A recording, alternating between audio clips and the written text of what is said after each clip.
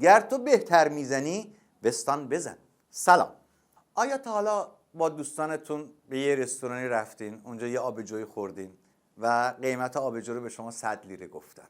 آیا بعضی از دوستانتون اینجوری حساب کردن این آبجو تو میگروس هست 35 لیره، اینجا میفروشه 100 لیره به ما، 65 لیره سود میگیره؟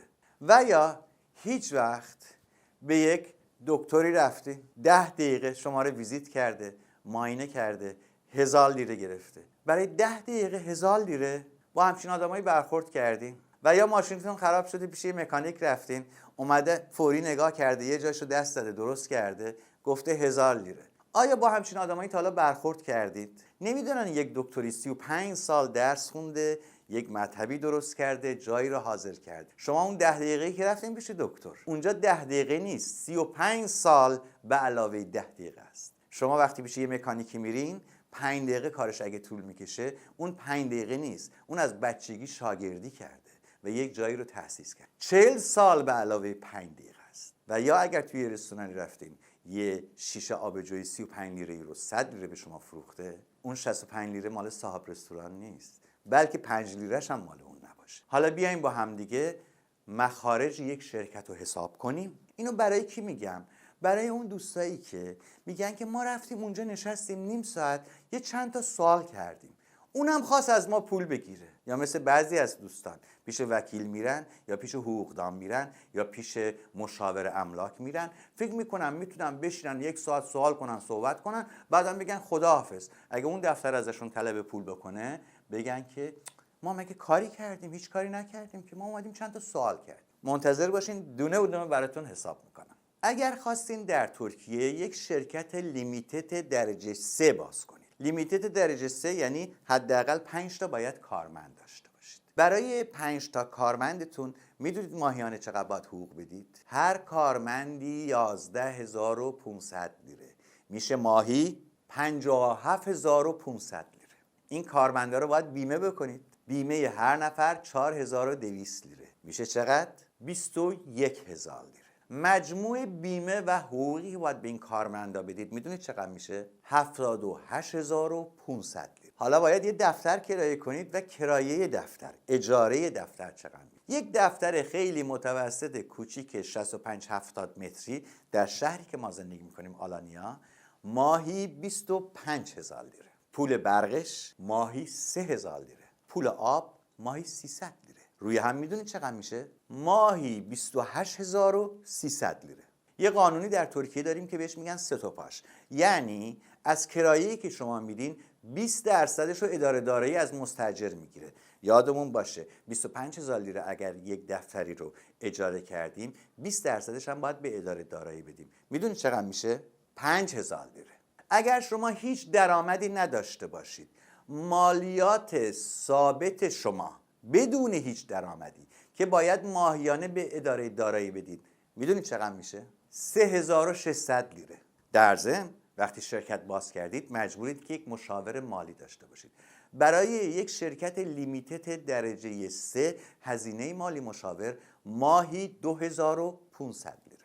این رقم هایی که تا حالا گفتم اگر اینها رو جمع بکنیم با هم میشه ماهی 117900 لیره. اینها هزینه های ماهیانه هستند. طبیعی که دفتر تأسیس میکنید، برای دفتر باید مبلمان آماده بکنید، باید تابلو بزنید، پول تابلو رو حساب میکنن اما سالیانه شهرداری از شما بگیرن، بعد پروانه کسب بگیرین، برای اون باید پول بدین، باید به آتش نشانی برید، بیاد آتش نشانی دفترتون ببینه، برای اون باید پول پرداخت بکنید، باید کروکی دفترتون رو بکشید، برای اون باید پول پرداخت بکنید، عضو خانه تجارت باید بشید، برای اون باید پول پرداخت بکنید و پول پرداخت بکنید و پول پرداخت بکنید. اینها برای تأسیسش هست. من هزینه‌های تأسیس رو به شما نگفتم. هزینه‌های ماهیانه یک دفتر، هزینه ماهیانه دفتری که حساب کردیم 117900 لیره رو اگر بخش بر 26 بکنیم روزانه چقدر میشه؟ هر شرکتی روزانه 4536 لیره مصرف داره و در روز ما فقط 8 ساعت کار میکنیم. میدونید هر ساعت چقدر میشه؟ هزینه هر ساعت یک شرکت 566 لیره است. دوست عزیز که برای مشاوره میای پیش ما، میخوای یه چایی بخوری، شما وقتی تو دفتر من نشستی، برای اینکه اونجا چراغش روشن باشه و خدمتی که به تو بدم، من فقط دارم هر ساعت 566 لیره پول میدم. تخصص من، تجربه من، تخصص و تجربه اکیپ منو به کنار بذاریم. وقتی میایید برای مشاوره، فقط برای اینکه شما رو اون صندلی بشینید، هر شرکتی هر ساعت 566 لیره داره میده. این شرکت درجه 3 است. دوستانی که پیش یه وکیل میرن 2 تا سوال میکنن و وکیل میگه هزینه مشاوره بده، چی میگن؟ میگن ما اومدیم 2 تا سوال کردیم، رفتیم پیش دکتر به ما گفت 1000 لیره. پیش دکتر نرو، خودتو معالجه بکن. پیش مکانیک رفتیم، مکانیک گفت اینقدر پول بده. پیش مکانیک نرو، ماشینتو خودت تعمیر کن. گر تو بهتر میزنی، بستان بزن. متخصص شرکت داره، دفتر داره، مالیات میده، خرج میکنه، محیطی رو آماده میکنه که شما تشریف بیارید بشید و سوالاتون رو انجام بدید. برای این کار باید هزینه رو پرداخت بکنید. همون مثالی که از اول زدم، یه آبجو خوردیم 100 لیره از ما گرفت. بله، شما دوست دارید آبجوتون رو برید از مغازه میکروس بخرید، برید تو خونتون بنوشید، نوشید جونتون. اما اگه قراره وسط شهر بشینید، صدای موزیک هم باشه، یه گارسون هم مرتب بیاد به شما خدمت بکنه، بله که باید 100 لیره بدید. اینا هم برای اون دوستانی میگم که یه جایی میرن یه خدمتی میگیرن، پول به نظرشون زیاد میرسه. هم گفتم برای اون کسایی که بعضی اینجوری هن. ما رفتیم اینجا یک پیده خوردیم، پیده نونهایی هست که واسش گوشت و اینا میذارن.